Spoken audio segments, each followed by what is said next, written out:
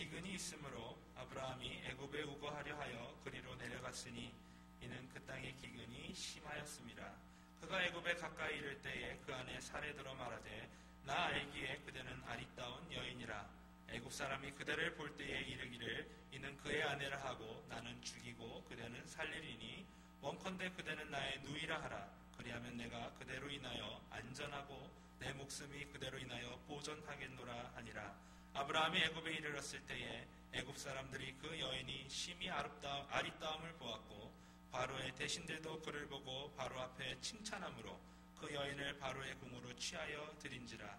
이에 바로가 그를 인하여 아브라함을 후대함으로 아브라함이 양과 소와 노비와 암수 나귀와 약대를 얻었더라. 여호와께서 아브라함의 아내 사레의 연고로 바로와 그 집에 큰 재앙을 내리신지라. 아멘. 지금은 남의 땅, 빼앗긴 땅에도 봄이 오는가. 이상화 시인의 유명한 시입니다. 일제의 점령기에 빼앗긴 들이지만은 봄이 오겠는가? 봄은 오는 것입니다. 오늘 우리가 믿음의 생활을 잘 감당하는데 거기에 가뭄이 즉 어려움이 오는가? 오는 것입니다. 고난의 물결은 계속해서 오는 것이기 때문에 우리가 믿음 생활 잘해도 가뭄이라고 하는 어려움이 우리에게 닥치게 되어 있습니다. 오늘 아브라함은 하나님의 명령을 따라서 본토, 즉 고향이죠. 이 지연입니다. 또 아비 집을 떠나 아비 혈연의 관계입니다. 그래서 지연과 혈연을 다 끊어버리고 하나님의 지시하는 땅으로 향하게 되었습니다. 그 당시에 지연, 혈연을 끊는다고 하는 것은 생명줄을 끊는 거나 마찬가지입니다. 그 고향을 떠나고 가족을 떠나면 어떠한 위험이 닥칠지 모르기 때문에 생명을 담보하면서 하나님의 명령에 순종한 믿음의 사람이었습니다. 믿음으로 나아갔죠. 가나안 땅에 도착을 했는데 하나님께서 좋은 것을 예비해 두셨겠지 뭐 생각도 했을 겁니다. 그런데 땅떼기 하나 준비해 놓은 게 없어요. 또 그 가나안 족속들은 키가 장대합니다. 거인들과 같습니다. 그러니까 굉장히 그들과 어울리기도 힘든 그러한 상황 속에 하나님께서 아브라함을 던져 넣으셨습니다. 근데 엎친 데 겹친 격으로 그 땅에 기근이 오게 되었습니다. 아브라함은 목축업을 하는 사람이죠. 그래서 풀이 있어야 되고 가축들이 마셔야 되는 물이 있어야 되는데 기근이 드니까 풀이 다 말라버리고 물이 다 고갈되어서 목축업을 할 수 있는 상황이 안 되었습니다. 오늘 아브라함이 생각을 한 것이죠. 도저히 이곳에서는 살 수가 없구나. 하나님이 가나안 땅에 머물라고 했지만은 이제 가축들과 우리 가족들을 위해서 애굽이라고 하는 곳에 가야 되겠다. 애굽은 나일강이 있는 곳입니다. 물이 풍성한 곳입니다. 또 초장이 있는 곳입니다. 그래서 그 가축들을 데리고 가족들과 함께 이제 가나안의 경계선을 넘어가게 되었습니다. 넘어가면서 그랬을 거예요. 잠깐 갔다가 가나안 땅의 기후가 회복되면 돌아오리라. 오늘 이 경계선, 오늘 이 신앙의 경계선이 있습니다. 오늘 우리가 삶을 살아가면서 어려움을 만나게 될 때에 우리가 신앙의 경계선을 넘어가기가 쉬운 것입니다. 오늘 우리가 하나님을 섬기지 못하고 우상을 섬기는 것은 무엇입니까? 하나님보다 더 소중하게 생각하는 것이 우상 숭배입니다. 오늘 물질의 어려움을 당하게 될 때에 오늘 신앙의 경계선을 넘어보려고 합니다. 그래서 넘어가서 물질의 필요를 우리가 얻어보자고 이렇게 합니다. 또 우리의 취미생활도 있고 여러 가지가 있습니다. 오늘 이런 것들을 우리가 경계선을 넘어서 오늘 그것을 취하려고 하는 이 잘못을 우리가 갖게 되는 것입니다. 어떤 분들 믿음 생활하면 만사형통, 모든 축복이 나에게 온다. 이게 다 잘못된 신앙입니다. 오늘 우리가 예수를 믿는 것은 부족의 신앙이 아니에요. 부족을 걸어놓고서 예수 믿으면 돈도 잘 벌고 세상에 성공하고 출세한다. 이게 아닙니다. 오늘 하나님께서 오늘 우리에게 믿음으로 살아가는 사람들에게도 어려움을 주시는 이유가 어디에 있습니까? 하나님은 세상의 성공이나 물질에 그렇게 관심이 있는 분이 아닙니다. 오늘 우리로 하여금 하나님의 영광을 위해 살아갈 수 있는 존재가 되는 것, 구원받은 자로서 구원받은 자의 삶을 살아갈 수 있도록 그렇게 살아가게 하는 것, 그것이 바로 하나님의 목적이고 하나님의 기쁨이 되는 것입니다. 그래서 바울이 예수를 믿게 됐습니다. 예수를 박해하던 사람이 다메섹 도상에서 회심을 하고 예수님을 영접하게 되었습니다. 어떻게 됐어요? 그는 사실은 요즘 말로 얘기하면 상원 의원입니다. 대단히 높은 지위에 있는 사람인데 그 지위 다 내려놓고서 잘 됐습니까? 오늘 40의 감한매를 5번 맞았어요. 40대 맞으면 죽어요, 사람이. 그래서 죽지 않을 만큼 때리는 매를 5번이나 맞게 된 것입니다. 또 돌에 맞아서 죽었어요. 사람들이 다 죽은 줄 알고 다 갔어요. 그런데 기적적으로 바울이 살아나게 되었죠. 감옥에 수차례 갇히게 됐습니다. 수없이 줄이고 목마르고 굶고 헐벗은 삶을 살게 됐습니다. 오늘 예수 잘 믿었는데 세상적으로는 망하게 됐습니다. 그러면 예수 잘 믿으면 우리 모두 세상적으로 망하느냐? 그건 아니에요.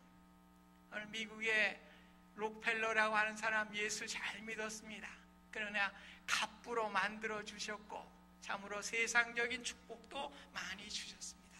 여러분이 분명히 아셔야 되는 건 예수를 잘 믿든 예수를 잘 믿지 않든 하나님께서는 똑같이 태양의 빛과 비를 주시는 거예요. 그러니까 예수 믿는 거하고는 관계없어요. 잘 살고 못 사는 거, 예수 안 믿어도 잘 살고 있고 못 사는 사람도 있어요. 예수 믿어도 잘 사는 사람이 있고 못 사는 사람이 있어요. 하나님의 관심은 구원받은 자로서 오늘 우리에게 천국을 주셨기 때문에 오늘 그 구원을 우리가 갖고 구원의 기쁨을 가지고 살아가는 것, 그것을 원하기 때문에 때로 우리에게 어려움이 오게 되는 것입니다. 오늘 아브라함이 그 신앙의 경계선을 넘으면은 좀 잘 될 것 같이 생각을 했습니다. 그런데 그게 아니었어요. 오늘 애굽으로 내려가게 되니까 어떻게 됩니까? 자기 아내 사례가 너무나 미인이었어요. 애굽의 풍습은 남의 집 여자 빼앗기 위해서 남편 죽이는 거 다반사예요. 그 남자 죽이고 그 여자 빼앗아 오는 그런 세상입니다. 그걸 알게 된 거죠. 그러니까 이제 자기 아내 사라에게 이제 얘기를 합니다. 너 내 누이 동생이라고 하자, 이렇게 얘기를 했습니다. 오늘 경계선을 잠깐 넘으면은 잘 될 것 같이 생각을 했는데 오늘 그렇지 않아요. 오늘 예수 믿는 사람들은 믿음의 경계선 넘어가면 어려움이 우리에게 따르게 됩니다. 네. 오늘 하나님께서 왜요? 구원받은 백성이기 때문에 오늘 구원받은 자로서 살아갈 수 있도록 우리를 만들어 주시기 때문에 그래요. 어느 교회 집사님이신데 이제 겨울에 한국을 방문해서 이제 한 달을 있게 됐어요. 뭐 친구들을 만나고 그러니까 친구들이 야, 뭐 한국 방문했는데 우리 같이 즐겁게 놀자. 골프 친구들을 만났어요. 그러니까 뭐 한국 있는 동안에 뭐 교회 안 가면 어때? 우리 골프 치자고 주일날. 그래서 이 골프 치러 나갔는데 첫 주일날은 좀 겁이 나더래요. 하나님이 뭐 벼락을 치지 않았나. 예배도 안 드리고 새벽부터 나가가지고 골프장에 나가 있으니까. 근데 아무렇지도 않더래. 더 잘 맞더래 공이. 쫙쫙. 그러니까 즐기는 거야. 그 다음 주에도 룰라 하면서 이제 또 골프장에 뭐 예배가 어딨어. 셋째 주일도 그런데 이제 마지막 주 이제 돌아오는 주일인데 이 골프장에 놨는데 겨울인데 말이에요. 공이 연못에 떨어진 거예요. 그러니까 겨울이니까 연못이 얼었어요. 얼었어요. 공이 떨어졌으니까 거기 가서 이제 골프를 치려고 깡 치는데 이 얼음이 꽝꽝 얼었으면 괜찮은데 좀 살얼음이 얼었던 것 같아요. 얼음 속에 펑다둥 들어가가지고 죽는 거예요. 얼음 속에 들어갔으니 죽을 고생을 하다가 이제 건짐을 받고 이제 살아나게 됐습니다. 그래서 그분이 얘기를 하는 거예요. 이제 절대 주일날은 예배 빼먹지 않는다. 경계선 넘어갔다가 호되게 죽을 고비를 맞은 겁니다. 네, 그래 이렇게 했다는 이야기입니다. 오늘 우리가 신앙의 경계선을 넘으면 잘 될 것 같이 생각되는데요. 절대 우리 신앙인들은 그렇게 안 됩니다. 오늘 경계선을 잠깐 넘어갔다가 돌아오리라 다 그렇게 생각을 하죠. 그런데 거기에 자신이 생각지도 못하는 문제가 발생하게 되는 거예요. 오늘 자기가 이제 죽을 판이요. 사라를 아내라고 하면은 이제 자기가 죽을 판입니다. 그래서 뭐라 그래? 14절에 보면 그 여인이 심히 아리따움을 보았다. 사례가 굉장히 미인이었던 것 같아요. 사실 뭐 아브라함이 하란을 떠날 때 75세이고 사례는 10살이 아래니까 65세에 하란을 떠났는데 그러니까 지금 나이가 아마 65세는 좀 넘었어요. 그런데 아이를 낳지 않은 여인이었고 또 이 사라는 백인이에요. 얼굴이 하얗죠. 셈족이니까. 그런데 이 애굽 사람들은 좀 얼굴이 좀 거무튀튀하니까 아마 굉장히 돋보였던 것 같아요. 그래서 그 여인이 이제 아름다움을 보니까 이제 그 아브라함이 거짓말한 거야. 내 이복 동생이라고 그러자. 누이 동생이라는 거야. 누이 동생. 누이 동생이에요.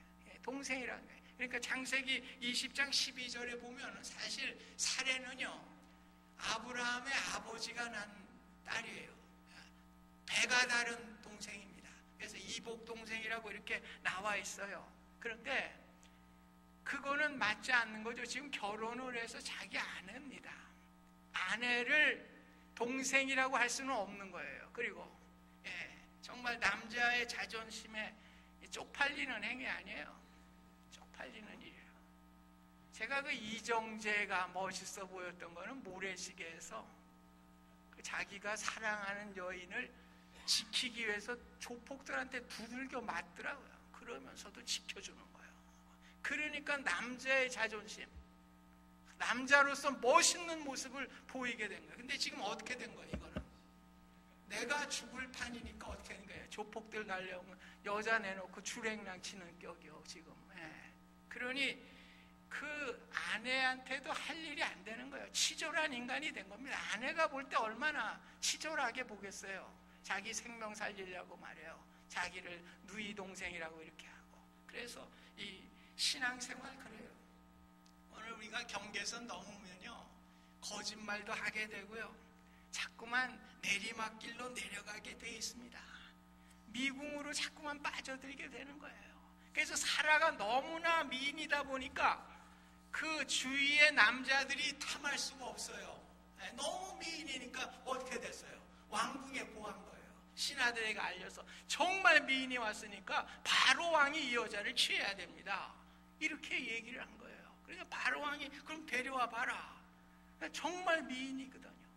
그러니까 자기의 후궁으로 취하면서 16절 말씀에 보면은 바로가 그로 말미암아 누구예요? 사례로 말미암아 아브라함을 후대함으로 아브라함이 양과 소와 노비와 암수 나귀와 낙타를 얻었더라. 네, 어떻게 된 거예요? 바로 왕이 너무나 고마우니까 그 누이 동생을 취하니까 많은 가축을 보내고 거기에다가 종들도 보냈어요. 노비들까지 딸려서 아주 성대하게 선물을 보내게 되었습니다. 여러분, 신앙의 경계선을 넘으셔가지고 잘 될 수도 있어요. 부자가 될 수도 있습니다. 아주 아주 세상적으로 굉장히 많은 것을 얻을 수도 있어요. 그런데 아브라함이 많은 것을 얻었는데 마음이 편했겠습니까? 한번 생각해 보세요. 아브라함이 아내를 뺏겼는데 많은 걸 얻었는데 마음이 편했겠어요? 절대 그렇지 않습니다. 오늘 우리가 신앙의 경계선을 넘어가지고 우리가 세상적인 어떤 물질을 얻는다고 해도 우리 마음은 편할 수가 없어요. 마음 편할 수가 없습니다. 저는 요즘 사극을 일주일에 한 편은 봐요. 또 우리 성도님들에게 또 재밌는 것도 하면서 우리 사극을 봐도 영적으로 봐야 되니까. 그래서 저 집사람하고 뭘 보는지 알아요? 요즘 인수대비 보고 있어요. 인수대비가 무슨 얘기입니까? 정조의 어머니가 인수대비 아니에요. 그러니까 이제 세조의 이야기가 이제 나오지 않습니까? 세조가 그 단종을 족하잖아요. 그 단종의 왕위를 찬탈해버리고 영월로 귀양 보냈다가 그 조카를 죽이잖아요. 근데 세조가 역사상으로는 굉장히 치적이 많은 사람입니다. 10여 년 동안 조선 왕조를 아주 굳건하게 세워놓고 태평성대를 누리게 했던 그 장본인이 세조입니다. 그런데요, 자기가 범하지 말아야 될 경계선을 넘어가지고 조카를 죽이고 왕이 됐는데 마음이 편하지 않은 거예요.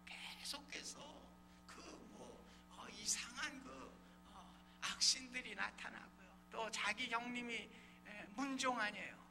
문종의 아들이 단종이잖아요. 그러니까 형님이 자꾸만 나타나는 거. 아들 잘 돌봐달라고 그랬는데 형님 나타나지, 죽인 조카 단종이가 나타나지. 그러니까 뭐 죽을 상입니다. 세상적으로는 잘 된 것 같은데 계속 악몽에 시달리면서 죽는 날 또 그 악몽에 시달리다가 죽잖아요. 그런 것입니다. 세상의 이치도 그런 것인데 오늘 신앙의 이치는 더할 나위가 없어요. 오늘 우리가 믿음의 경계 지키셔야 됩니다. 여러분, 믿음의 경계를 넘어가지고 여러분이 잘 된다고 해도 마음의 평안이 없어요. 불안과 걱정과 염려에 쌓이게 되는 것입니다. 아브라함이 이제는 자기 힘으로 할 수 없어요. 바로 왕의 후궁이 됐는데 자기 힘으로 아내를 찾아올 수 없는 그러한 상황에까지 떨어지게 되었습니다. 그런데 오늘 하나님께서 그 사건에 개입을 하십니다. 17절에 보면 여호와께서 아브라함의 아내 사레의 일로 바로와 그 집에 큰 재앙을 내리셨다. 그렇게 말씀을 하고 있습니다. 오늘 바로에게 하나님이 직접적으로 간섭을 하신 거예요. 그래서 그 질병이 일어났어요. 아마 여러 가지 그 재앙이 일어나고 질병이 일어나고 못 고칠 그러한 질병들이 막 일어나게 된 겁니다. 아마 성경에는 안 나왔는데 제가 상상해 볼 때 그런 것 같아요. 꿈에 하나님이 나타나실 것 같아. 그래가지고 야, 너 왜 그 사레를 네 아내로 찾았냐? 그 아브라함의 아내다. 그러니까 바로가 얘기했거든. 아니에요. 아브라함의 여동생이지 무슨 아내입니까? 아니야. 아내야. 돌려줘. 아니면 너 큰 벌 받는다. 그렇게 말씀하셨을 거예요. 그러니까 벌벌 떨면서 이제 그 사례를 아브라함에게 돌려주게 되었습니다. 오늘 하나님께서는요, 약속의 말씀을 지키십니다. 오늘 아브라함에게 내게 큰 민족을 이루겠다 했습니다. 오늘 사례를 통해서 아이를 낳고 큰 민족을 이루겠다고 약속해 주셨기 때문에 사례가 바로에게 빼앗기면은 하나님의 약속이 이루어지지 않는 거예요. 오늘 하나님께서 간섭을 하시고 개입을 하신 것입니다. 오늘 하나님은 우리 곁에 계시고 우리를 위해서 싸워 주시는 분이십니다. 애굽에서 이스라엘 백성들이 나오게 될 때에 아말렉 족속들이 전쟁을 걸어오게 되죠. 이스라엘 백성들은 아무런 무기도 없는 사람들이에요. 그래서 여호수아가 전쟁터에 나가게 되고 모세는 산에 올라가서 손을 들고 기도했습니다. 그때 손이 들고 있을 때는 전쟁에 이기고 손이 내려오게 되면 전쟁에 패하게 되는 현상이 일어나게 됐습니다.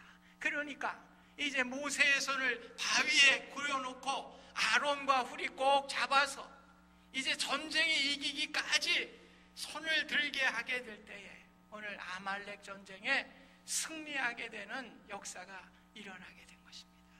오늘 누가 전쟁을 하신 거예요? 하나님이 하신 겁니다. 오늘 우리의 삶 속에 하나님이 개입을 하시게 되니까 불가능한 것도 가능한 것으로 바뀌게 되었습니다. 이 말씀은 무슨 말씀입니까? 우리 인생은 우리의 힘으로 살아갈 수 없다고 하는 거예요. 누가 감히 바로 왕을 이길 수 있겠습니까? 하나님이 개입하시니까, 재앙으로 함께 하시고 바로의 마음을 움직여 주시니까 이제 바로가 손을 들고 아내 사례를 아브라함에게 넘겨주게 된 것입니다. 정말 우리는 연약한 존재예요. 저도 그렇고요. 뭐 큰 소리 치지만은 남자들이 뭐 큰 소리는 잘 치는데 정작 위험한 거 하면 다 도망가. 다 36개요. 내가 다 알아요. 괜히 큰 소리 뻥뻥 치지. 저부터 그런 걸 뭐. 연약한 존재입니다. 오늘 우리 신앙을 지킬 수 없어요. 오늘 우리는 하나님께서 우리를 붙들어 주지 아니하시면 우리가 우리의 인생의 믿음으로 승리할 수가 없을 것입니다. 저는 성경에는 안 나왔지만은 아마 아브라함이 얼마나 기도했겠어요. 모든 걸 다 뺏겼는데 이제 하나님의 약속을 어기고 경계선을 넘었는데 아내 사례까지 다 뺏겨버렸으니까 얼마나 하나님께 기도했겠습니까? 얼마나 원통한 것을 하나님께 아뢰었겠습니까? 오늘 그 자리가 있게 될 때에 오늘 하나님께서 능력으로 함께해 주신 줄 믿습니다. 오늘 우리가 내 힘으로 안 돼요. 내 인생 내 힘으로 안 됩니다. 어렵고 힘들 때에 오늘 하나님께 기도하셔서 하나님이 간섭하실 때에 오늘 불가능한 것이 가능으로 바뀌게 되고 우리에게 은혜를 베풀어 주신다고 하는 사실을 우리가 알게 되는 것입니다. 우리 신앙의 경계선을 넘어서 우리가 애굽으로 넘나드는 어리석은 존재들입니다. 나 오늘 내가 알지 못하는 일을 간섭하시고 하나님이 내 곁에 계심을 인정하시고 하나님이 간섭하실 때에 모든 것을 감당할 수 있다고 하는 믿음을 갖게 될 때 우리는 어떻게 됩니까? 경계선 안에 있게 되는 것입니다. 왜? 하나님이 간섭하시면 하나님께서 역사하시면 모든 것을 할 수 있기 때문에 그 믿음 때문에 우리는 경계선 안에 머물 수가 있는 것입니다. 하나님은 신실하신 분이기 때문에 그 약속을 지키시는 분이세요. 오늘 하나님이 신실하신 분입니다. 오늘 하나님께서 우리에게 약속해 주셨습니다. 세상 끝날까지 너희와 항상 함께 있겠다고 약속했습니다. 오늘 그 약속을 붙드시기 바랍니다. 오늘 하나님의 약속을 붙들 때에 우리는 믿음으로 이겨낼 수가 있어요. 믿음으로 승리할 수 있어요. 우리가 믿음의 경계선 안에 이탈되지 아니하고 믿음으로 끝까지 승리할 수 있는 힘을 우리 주님께서 주시는 것입니다. 그래서 바로왕이 사례를 건너주면서 그 불신앙의 사람이에요. 뭐라고 얘기를 합니까? 18절에 보면 내가 어찌하여 그를 내 아내라고 내게 말하지 아니하였느냐. 너 왜 거짓말했냐? 너 왜 내 아내라고 얘기하지 않고 누이 동생이라고 그래가지고 나에게 이런 어려움을 갖게 됐냐? 그러니까 아브라함이 할 말이 없어요. 꿀먹은 덩어리가 될 수밖에 없었습니다. 오늘 우리가 신앙의 경계선을 넘게 될 때에 세상 사람들로부터 조롱과 책망을 받게 되고 수치를 당하게 되어 있습니다. 오늘 복음을 선포해야 될 우리들이 오늘 신앙의 경계선 넘으면요 세상 사람들이 수치당하기 때문에 복음 선포할 수가 없어요. 꿀먹은 덩어리밖에 될 수가 없습니다. 아무것도 할 수가 없는 존재입니다. 오늘 우리가 선교하자 뭐 하자 말들은 잘해요. 오늘 중요한 게 뭔지 압니까? 경계선을 넘지 않아야 돼요. 오늘 내가 믿음으로 경계선을 넘지 않고 살아가게 될 때에 세상 사람들이 뭘 두려워합니까? 우리의 물질을 두려워합니까? 우리의 지식을 두려워합니까? 우리의 명예를 두려워합니까? 이것이 신앙이에요. 오늘 신앙으로 살아가는 자들을 볼 때 오늘 감동을 받게 되는 것이고 오늘 감격하게 되는 것이고 선교와 복음의 역사가 일어나는 줄 믿습니다. 네, 경계선 넘나들면서 말로만 선교합시다, 전도합시다. 너나 잘하세요.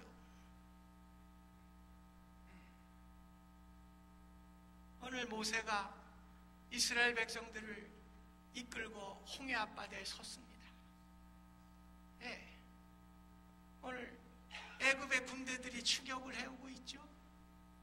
오늘 이스라엘 백성들은 너 왜 우리를 애굽에서 끌어내가지고 홍해에 수장시키려고 우리 끌어냈느냐, 막 백성들이 아우성치고 야단입니다.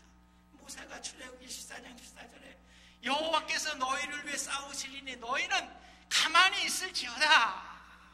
네, 어떻게 된다는 거예요? 경계선을 지켰다는 얘기입니다. 애굽으로 돌아가지 않았다는 거예요. 끝까지 하나님께서 구원하시기 위해서 우리를 이끌어 주셨으니 구원의 역사를 이루어 주실 줄 믿는다. 가만히 있어. 하나님이 하시는 일을 우리가 보자.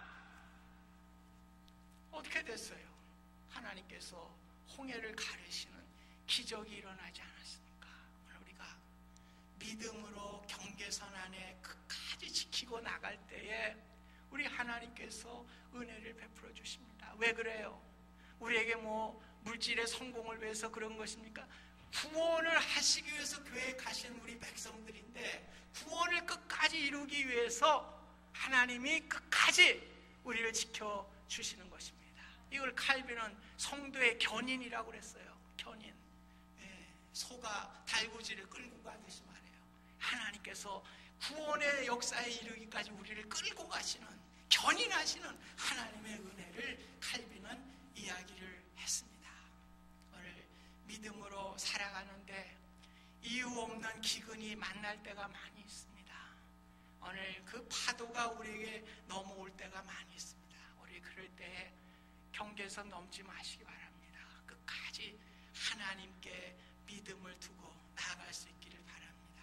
오늘날 많은 교회 지도자들과 성도님들이 사회에 교회가 너무나 어지러운 상황 속에서 우리 크리스찬들이 무엇을 해야 됩니까? 하는 화두를 많이 던집니다. 저는 설교 준비하면서 갑자기 서재에 꽂혀있던 책이 눈에 툭 들어왔어요. 약속 걸고 믿음을 지킨 사람들이란 제목인데요.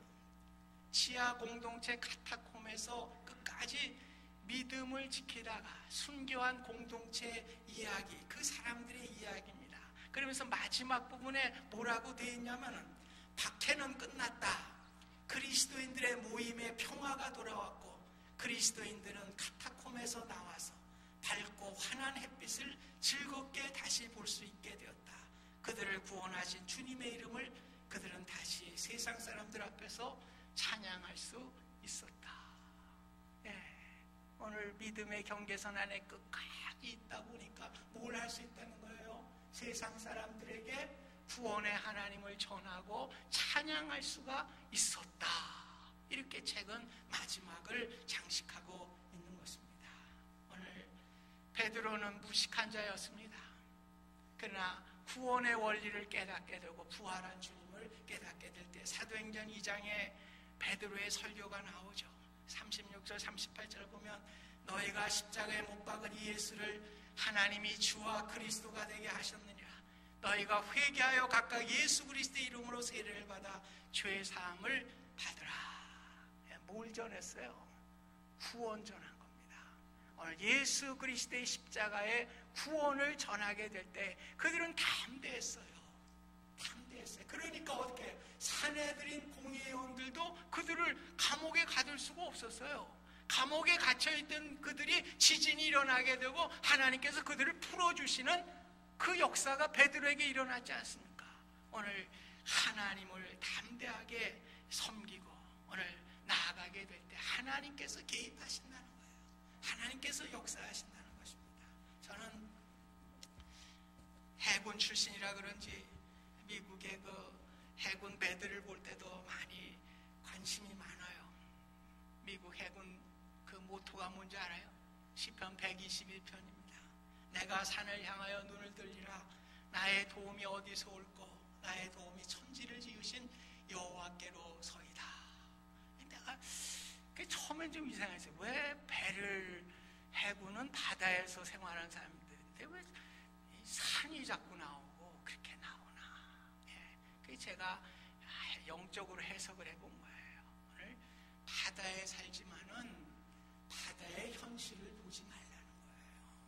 예. 오늘 바다의 현실을 보지 말고 오늘 저 산을 향하여 여호와 하나님을 바라보라는 것입니다. 오늘 아무리 풍랑이 오고요, 많은 바닷물이 넘실넘실 한다고 해도 그 배에 물이 가득 차지 않으면 배는 침몰하지 않습니다. 우리 하나님께서 파도와 같은 많은 거센 물결들이 오지만은 우리가 타고 있는 배에 물이 가득 차지 않으면 우리 침몰하지 않아요. 예, 하나님이 지키신데, 그래서 해군이 그 바다를 향해하고 바다라고 넘실대는 파도가 오지만은 내가 산을 향하여 눈을 들리라. 나의 도움이 어디서 올까? 천지를 지으신 여호와 하나님께로서이다. 예, 노 잘 져서 구원이 오는 게 아니라 하나님의 능력을 통해서 오는다. 이렇게 고백하는 거 아닙니까? 예, 오늘 루터는 찬송에서도 힘 있는 장수 나와서 날 대신하여 싸우네. 이 장수 누군가? 주 예수 그리스도 만군의 주로다. 당할 자 누구랴? 반드시 이기리로다. 우리 주님께서 승리케 해주실 줄 믿습니다. 오늘 믿음으로 경계선에 설 때 우리는 복음 전할 수 있습니다. 입술로 전하는 게 아니에요. 오늘 우리가 믿음으로 경계선 안에 살아가며 하나님께 나아가는 자를 통해서 하나님은 역사해 주실 줄 믿습니다. 고마우신 하나님, 저희들 믿음의 경계선 안에서 머물 수 있도록 은혜 주셔서 정말 이 시대에 하나님의 도우심을 체험하는 자 되게 하시고 하나님의 도우심을 전하는 복음의 전도자들이 다 될 수 있도록 축복하여 주시옵소서. 예수님의 이름으로 기도하옵나이다. 아멘.